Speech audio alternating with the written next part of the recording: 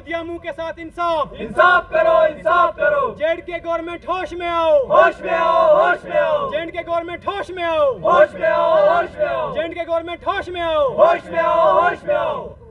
Youth के साथ अत्याचार बंद करो, बंद करो। इस वक्त आप मेरे हाथों में सेंट्रल गवर्नमेंट द्वारा लॉन्च की गई एक स्कीम की पूरी डिस्क्रिप्शन जो है वो दिख रही है और आप इस पर देख सकते हैं कि 5,000 करोड़ का ये जो है वो बजट था। HADP कृषि उद्यमी के लिए था ये, और अभी तक इन लोगों का दावा है कि इस स्कीम के तहत इन्होंने इसको जो इस स्कीम में एंट्री तो मारी है, ज्वाइन तो किया है, फॉर्म तो भरे, लेकिन इन लोगों को अभी तक ज़ीरो रेवेन्यू जो है वो जनरेट हो रहा है। मैं पूरी तफसील जो है वो इन्हीं से पूछता हूँ और इसी स्कीम के बारे में इनसे बात करता हूँ। मैं पहले आप अपना नाम बताइए। मेरा नाम अर्पण सिंह है। आप कहाँ के रहने वाले हैं? मैं डोडा का हूँ, ऑल कृषि उद्यमी डोडा का प्रेसिडेंट हूँ मैं। तो ये जो स्कीम है ये सेंट्रल गवर्नमेंट द्वारा शुरू की गई थी? ये जो स्कीम थी एक पायलट प्रोजेक्ट था जम्मू कश्मीर में, जो सेंट्रल गवर्नमेंट के तहत स्टार्ट की गई थी कि अगर यहाँ पे कामयाब होगी तो ऑल इंडिया ये स्कीम को स्टार्ट किया जाएगा। क्या स्कीम क्या थी इसके बारे में बताइए थोड़ा। ये स्कीम थी जो HADP के अंदर आती थी, ये होलिस्टिक एग्रीकल्चर डेवलपमेंट प्रोग्राम। तो इसके अंदर जो 50,000 करोड़ की नहीं 5,000 करोड़ की इन्वेस्टमेंट है। तो यहाँ पे हर एक पंचायत में, हर 2 पंचायत में एक कृषि उद्यमी को लगाना था, और जहाँ पे हमको मिला था किसान खिदमत घर। तो जब गवर्नमेंट ने स्टार्टिंग में नोटिफिकेशन निकाली तो उन्होंने बोला था कि आपको फार्मर्स की हेल्प करनी है, हमारे जम्मू कश्मीर में एग्रीकल्चर सेक्टर को बूस्ट करना है, न्यू टेक्निक्स लानी है। तो इसलिए जितने भी बच्चे हैं मेरे साथ, ये कोई PhD है, कोई डॉक्टरेट एग्रीकल्चर में है, कोई जूलॉजी में MSc है, इस किस्म की क्वालिफिकेशन है।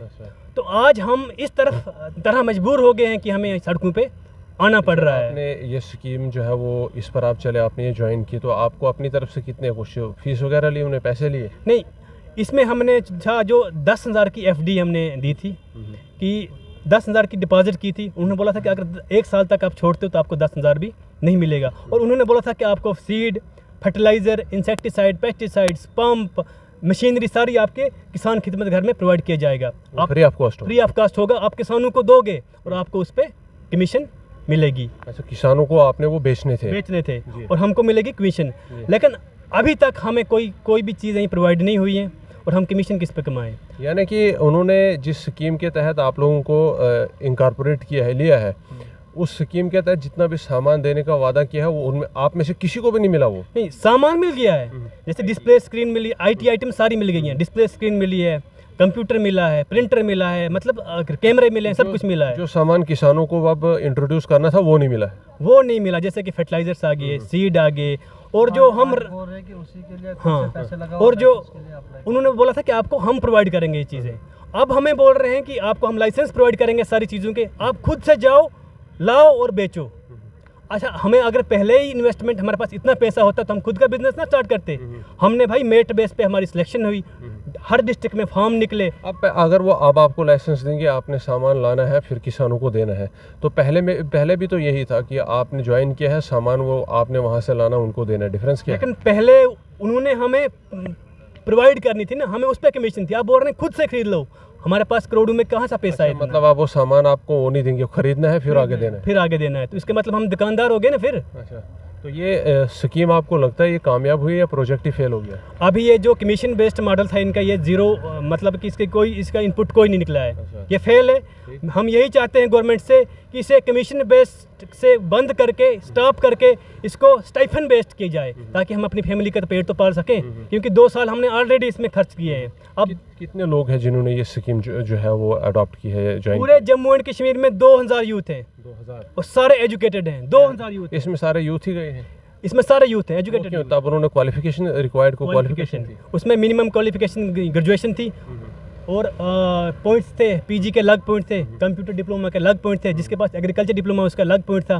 तो ये मेट बन के सिलेक्शन हुई थी हमारी। आपको कोई ऑनरेरी मंथली कुछ मिलता है? कुछ नहीं मिला है अभी तक। हमें रेंट भी, जो हमने 5-5 दुकानें हायर की हैं, सेंटर हायर किया है, उसका कुछ नहीं मिला है। अपनी जेब से खर्च कर रहे हैं। No revenue model. तो आप प्रोटेस्ट कब से कर रहे हैं आप? प्रोटेस्ट हम बड़ी देर से कर रहे हैं। हम सेक्रेटरी के पास गए, HADP सेक्रेटरी के पास गए, प्रिंसिपल सेक्रेटरी के पास गए, ये क्या बोलते हैं मिशन डायरेक्टर HADP उनके पास गए, हर एक DC के पास हमने लेटर लिखा, सभी को बोला। और LG सर से हम बहुत दिनों से अपॉइंटमेंट लेने की ट्राई कर रहे हैं, हमें कुछ नहीं मिल रहा है। वहाँ नहीं मिल रहा है पॉइंट? ना CM सर से कोई हमें ये आशा है कुछ कि अब इस मामले में कुछ हो सकता है? नहीं, मुश्किल है बहुत। तो अब क्या जो है वो, अगर आपको CM साहब से उम्मीद नहीं है, गवर्नर साहब से उम्मीद नहीं है, आपको वहाँ अपॉइंटमेंट नहीं मिलता है, तो अब क्या लगता है आपको, आपका क्या जो है वो अगला स्टेप होगा और क्या सोल्यूशन है? हम उनको यही बोल रहे हैं कि अभी तो हम डिस्ट्रिक्ट प्रेसिडेंट ही आए हैं हर डिस्ट्रिक्ट के, आने वाले टाइम में जितना भी 2000 यूथ है उनकी फैमिलीज हैं, हम बच्चों को भी साथ में लेके आएंगे अपने, कि हमारे साथ इंसाफ किया जाए। यानी धरना प्रदर्शन बड़ा करेंगे आप? बहुत बड़ा धरना प्रदर्शन करेंगे। ये हमारी वार्निंग है पूरे सिस्टम को कि जम्मू कश्मीर में पहले हमें JKSSB ने सताया, अब हम यहाँ पे आए हैं, अब ये लोग हमारा शोषण कर रहे हैं। तो आपकी मांग क्या रहेगी? हमारी मांग रहेगी कि हमें मंथली स्टाइफन दिया जाए, जो हमने आज तक रेंट पेड किया है वो दिया जाए, हमें प्रॉपर ट्रेनिंग दी जाए, ताकि हम उन बेचारे गरीब फार्मर्स की हम हेल्प कर सकें। और हम मतलब करना भी चाहते हैं, हम अपने एरिया की डेवलपमेंट करना चाहते हैं, हम अपने JNK के एग्रीकल्चर को बूस्ट करना चाहते हैं। और ये क्वालिटी हम सब में है, जितने भी यूथ हैं वो सारे पढ़े हुए हैं, टेक्निकल डिग्रियां हैं उनके पास, हम कर सकते हैं। आपका कंसर्न मिनिस्टर कौन है? हमारे जो कंसर्न मिनिस्टर हैं एग्रीकल्चर, जावेद अहमद डार। हाँ जी, तो उनसे मिले कभी आप?